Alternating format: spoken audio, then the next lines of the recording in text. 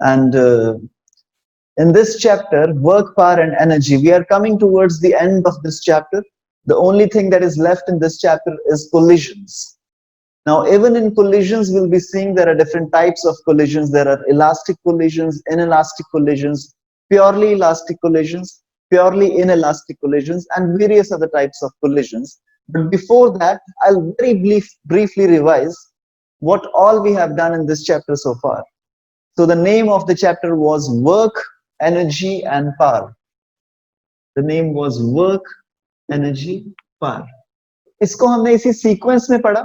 पहले मैंने पढ़ा वर्क, फिर मैंने पढ़ा एनर्जी, फिर मैंने पढ़ा पावर. लेकिन अगर मैं पूरी काइनेमेटिक्स की बात करूं तो वर्क से भी पहले जो मैंने चीज पढ़ी वो थी फोर्स, और फोर्स से भी पहले जो मैंने चीज पढ़ी वो थी एक्सेलरेशन. एक्सेलरेशन से भी पहले जो मैंने चीज पढ़ी वो थी वेलोसिटी, और वेलोसिटी से भी पहले जो मैंने चीज पढ़ी वो थी डिस्प्लेसमेंट.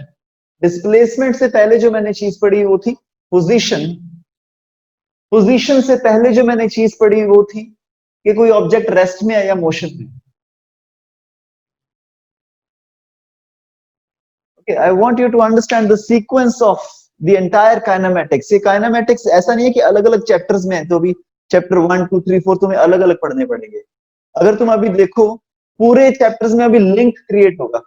तुम्हें जब IIT JEE में क्वेश्चन पूछा जाएगा, ऐसा हो सकता है कि तुम्हें क्वेश्चन पूछा जाए वो किसी भी चैप्टर में से ना हो, उसमें तुम्हें हर चैप्टर का कॉन्सेप्ट इंक्लूड करना पड़ेगा. तो we started from rest and motion. सबसे पहले जब पहले दिन हमने बात की थी काइनेमेटिक्स की, तो हमने ये बोला था कि ये मार्कर रेस्ट पे है या मोशन में. फिर हमने रिलेटिविटी की बात की थी कि जब कोई मून जाके देखे तो ये मोशन में बन जाएगा, राइट. फिर अगर रेस्ट और मोशन हमने डिफाइन किया तो मेरे को मतलब पोजीशन पता होनी चाहिए, क्योंकि मोशन इज व्हाट, जब कोई ऑब्जेक्ट अपनी पोजीशन चेंज करता है. तो रेस्ट एंड मोशन के बाद पोजीशन सामने आई. फिर जब पोजीशन सामने आई तब मेरे को पता चला कि यार जब कोई ऑब्जेक्ट पोजीशन चेंज होता है तो मतलब वो डिस्प्लेस हो गया. तो वो डिस्प्लेस हो गया एस. तुम देखो ये जो एस है ना, हमने चैप्टर नंबर 4 का बेस बना लिया था वहीं पे. पहले दिन जब हमने डिस्प्लेसमेंट पढ़ा, हमने इसका बेस वहीं पे बना लिया था, क्योंकि मुझे पता था यहाँ पे मैं फोर्स इनटू डिस्प्लेसमेंट करूंगा वर्क में. तो ये सीखा मैंने कहाँ पे, डिस्प्लेसमेंट में. तो अब एक बार मेरे को डिस्प्लेसमेंट पता चल गई, फिर उसके बाद मैंने क्या सीखा, वेलोसिटी. मेरे को वेलोसिटी पता चल गई तो मैंने क्या सीखा, एक्सेलरेशन. फिर एक्सेलरेशन के साथ मेरे को एक और चीज और पता थी, मास. ठीक है, मास में कुछ ज्यादा सीखने को था नहीं, मेरे को पता ही था कि मास होता है किसी ऑब्जेक्ट का. फिर इन दोनों के कॉम्बिनेशन से मेरे को पता चल गया फोर्स क्या होती है. हम सीक्वेंस में चल रहे हैं, ठीक है. मैं सीधा एनर्जी की बात नहीं कर सकता था क्योंकि तुम्हें समझ नहीं आ रहा था, ठीक है. तो फिर फोर्स मैंने सीखी. फिर फोर्स और डिस्प्लेसमेंट को इकट्ठा लेके मैंने देखा व्हाट इज वर्क. यस. फिर वर्क में, वर्क क्या होता है, फोर्स और डिस्प्लेसमेंट. अब इसमें अलग अलग तरह की फोर्सेस एक्ट कर सकते हैं. या तो फोर्स हो सकती है तुम्हारी कंजर्वेटिव, या फिर फोर्स हो सकती है नॉन कंजर्वेटिव. ठीक है, कंजर्वेटिव फोर्स का मतलब जहां पे तुम्हारी एनर्जी कंजर्व रहे. ठीक है, जैसे कि gravitational force, electrostatic force, spring की force.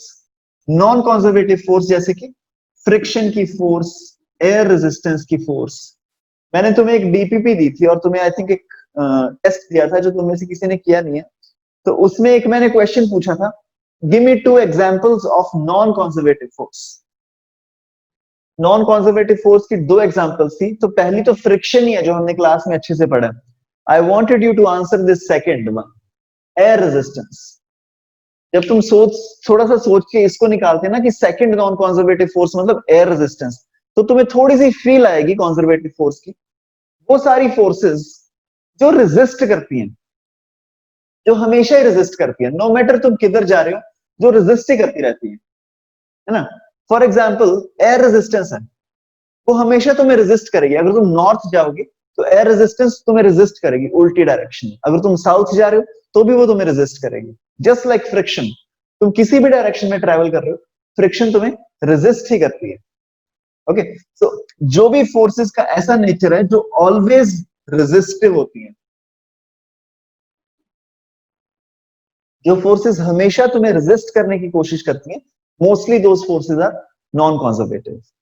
Okay, now your homework for today is, अब तुमने एक और फोर्स ढूंढ के बतानी है मेरे को जो कि नॉन कंजर्वेटिव है। फ्रिक्शन, एयर रेजिस्टेंस तो ठीक है, एक और फोर्स बताओ जो नॉन कंजर्वेटिव है। फिर मैंने वर्क सीखा, वर्क के बाद मेरे को पता चल गया कि एनर्जी क्या होती है। अब एनर्जी होती क्या है, जब तुम वर्क करोगे किसी ऑब्जेक्ट पे तो जो तुमने काम किया वो एनर्जी में कन्वर्ट हो जाता है। तो बेसिकली जितना वर्क किया उतनी एनर्जी, इसीलिए इसका जो एसआई यूनिट है जूल, इसका भी वही एसआई यूनिट है जूल, क्योंकि दोनों सेम है, राइट। फिर मैंने वर्क और एनर्जी को सीख लिया। एनर्जी में मैंने अलग अलग एनर्जी को सीखा। सबसे पहली जो मैंने एनर्जी सीखी that was kinetic energy, then the next was potential energy. Kinetic energy की मैंने डेफिनेशन देखी कि जितना तुमने काम किया किसी ऑब्जेक्ट पे, वो काम उसकी काइनेटिक एनर्जी को या तो इंक्रीज कर देगा या डिक्रीज कर देगा। अगर मैंने किसी ऑब्जेक्ट पे पॉजिटिव काम किया तो उसकी काइनेटिक एनर्जी को उतना इंक्रीज कर देगा जितना मैंने काम किया। अगर मैंने किसी ऑब्जेक्ट पे नेगेटिव काम किया तो वो उसकी काइनेटिक एनर्जी को उतना डिक्रीज कर देगा जितना मैंने उससे काम लिया। या तो तुम किसी चीज पे काम कर सकते हो या तुम किसी चीज से काम ले सकते हो। अगर तुमने किसी चीज पे काम किया, जो मैं बार बार काम वर्ड यूज कर रहा हूं, दिस काम कॉरेस्पॉन्ड्स टू वर्क। ओके, तुम्हें बुक्स में ये वर्क मिलेगा। So the amount of work that you do, either you can do the work or you can take out the work. When you do the work done is positive. When you take out the work done is negative. So when you do the work, is tension non-conservative? सोचो, is tension force, tension वाली force conservative है या non-conservative है? तुम सोच के बताओ मेरे को। एक तो मैं हिंट दे देता हूं, हमने सीखा था tension is a pulling force. Tension is always a pulling force. तो अगर तुमने स्ट्रिंग बांध रखी है, ठीक है, यहां पे एक ब्लॉक बांध रखे, मास, तो ये जो टेंशन है, mg अगर नीचे एक्ट कर रहा है, mg लाइक दिस, तो टेंशन ऊपर एक्ट करेगी लाइक दिस, ठीक है। और यहां पे tension will be acting in the downward direction. तो तुम एक काम करो, तुम्हें अगर पता करना है कि कोई फोर्स कॉन्जर्वेटिव है या नॉन कॉन्जर्वेटिव है, तो तुम्हारी डेफिनेशन क्या है? कॉन्जर्वेटिव फोर्स में तुम ऑब्जेक्ट को कहीं पे भी घुमा फिरा के लाओ, वो पाथ पे डिपेंड नहीं करती कि कितनी एनर्जी है। The energy depends only on the work done, depends only on initial and the final position. तो तुम एक काम करो, ये जो तुम्हारा ऑब्जेक्ट है ना, इसको यहां से लेके थोड़ा सा नीचे ड्रैग कर दो, 2 मीटर नीचे, 2 मीटर ड्रैग कर दो, सिंपली ड्रैग कर दो। फिर एक बार इसको घुमा के लाओ, ऐसे ही जाओ, ऐसे जाओ, ऐसे जाओ, है ना। फिर एक तीसरे तरीके से ड्रैग कर दो, ऊपर जाओ, लेफ्ट जाओ, ऐसे जाओ, ऐसे जाओ, ऐसे जाओ।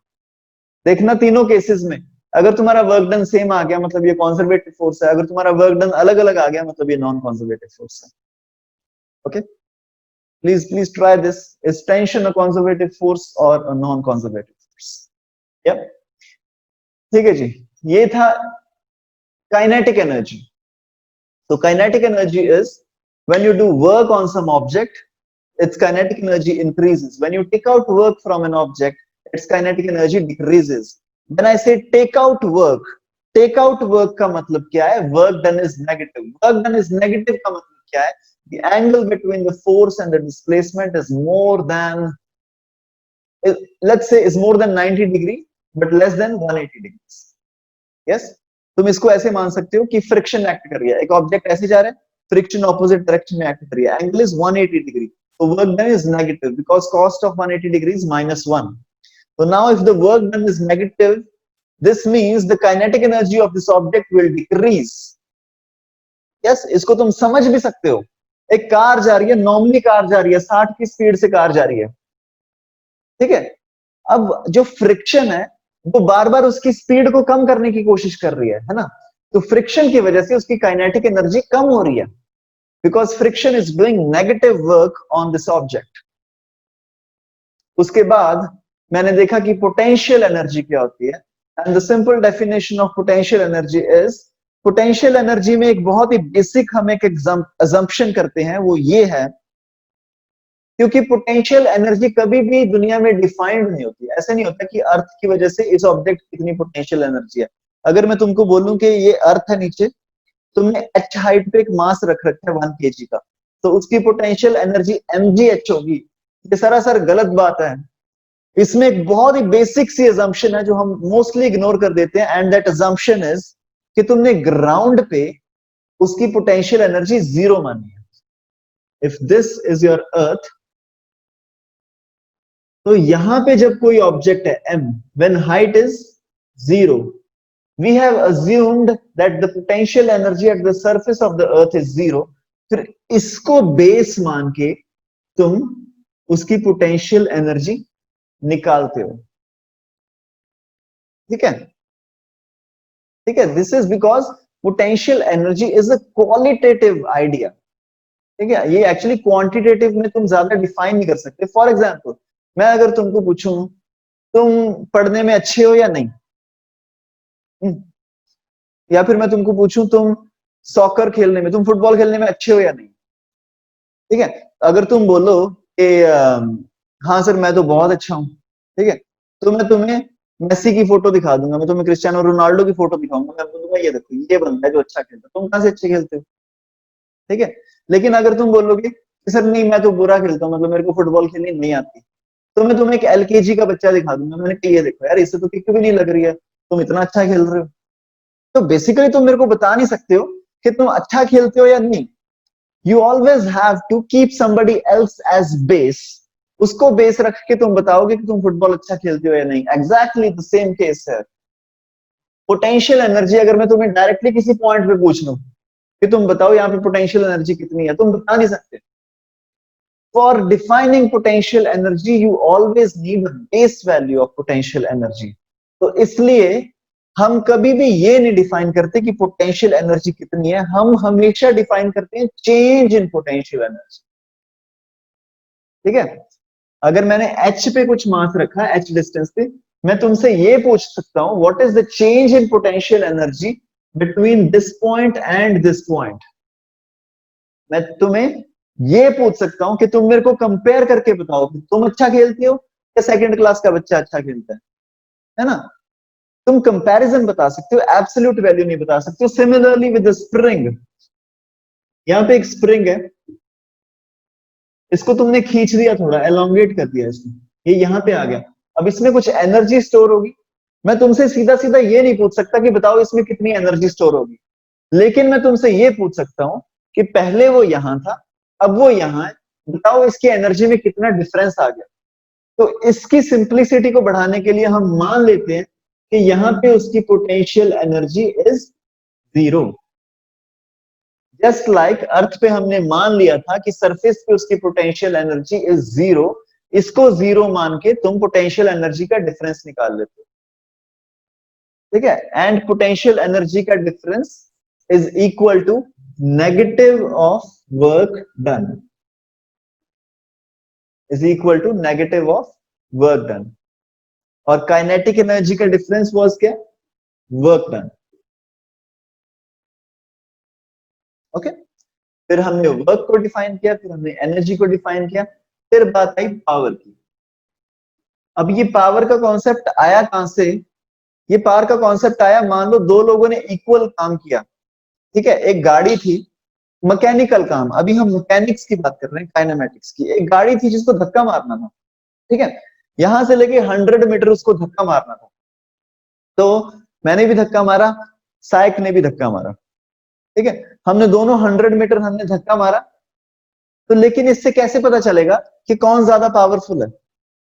तो वो अभी हम डिसाइड करेंगे टाइम से। मान लो मैंने धक्का मारा, मैं सुबह लगा था धक्का मारने और शाम तक मैंने मार दिया धक्का धीरे धीरे आराम से, ठीक है, साइक ने आके 5 मिनट में धक्का मार दिया 100 मीटर, तो हम ये बोलेंगे ना कि वो ज्यादा पावरफुल हुआ। So basically, to calculate this time, to calculate this power, we need to bring in time into consideration. अब हम देखेंगे किसने कितना काम किया, कितने टाइम में काम किया, कितने टाइम में, ठीक है। तो क्योंकि टी नीचे है, तो जिसने कम टाइम में काम किया उसकी पावर ज्यादा हो जाएगी। यस, तो अगर मैंने ज्यादा टाइम लगा के धक्का मारा कार को, तो मेरी पावर थोड़ी सी कम होगी। अब क्योंकि वर्क और एनर्जी को तुम इंटरचेंजेबली लिख सकते हो, क्योंकि इन फॉर्मूला से देखो, kinetic energy is equal to work, potential energy का change equal to negative work. तो इसको तुम कभी कभी एनर्जी अपॉन टाइम लिख सकते हो, this can also become energy upon time. ये तुम्हें क्वेश्चन के हिसाब से देखना पड़ेगा कि तुम्हें क्या लेना। और वर्क और एनर्जी की यूनिट वाज जूल्स, तो पावर की यूनिट क्या आ जाएगी, joule upon time, that is joule upon second. और जूल अपॉन सेकंड को तुम वॉट भी बोलते हो, WATT, और इसको तुम शॉर्ट में लिखते हो W। तुमने वॉट सुना होगा, जो तुम्हारे इलेक्ट्रिकल अप्लायंसेस होते हैं घर में, ये तुम्हारा 100 वॉट का बल्ब है, ये तुम्हारा 50 वॉट का बल्ब है, ये तुम्हारा एसी है, वेसी है। तुमने देखा होगा एसी पे तुम्हारे स्टार्स लगे होते हैं, है ना, 2 स्टार, 3 स्टार, 4 स्टार। तो वो तुम्हें ऐड दिखाते हैं कि देखो ये 5 स्टार है, ये तुम्हारी बिजली बहुत कम खाएगा। तो basically what they are basically talking about is कि वो कूलिंग उतनी करेगा, लेकिन वो उतनी पावर कंज्यूम नहीं करेगा। अगर कोई तुम्हारी कम पावर कंज्यूम करेगा तो उसको तुम ज्यादा टी के लिए चला सकते हो। यस, अगर तुम्हारा पी छोटा है तो तुम उसको टी बढ़ा सकते हो उसकी, मतलब तुम अपना एसी 2 घंटे के लिए चला सकते हो, तुम्हारा बिजली का बिल उतना ही आएगा, एनर्जी तुम्हारी उतनी कंज्यूम होगी अगर तुम ज्यादा टाइम के लिए चलाओगे, अगर तुम्हारे स्टार्स ज्यादा हैं। I hope you are understanding this. Yes, so power is equal to energy upon time. और ये सारी पावर जो यूज होती है most of the times electrical appliances.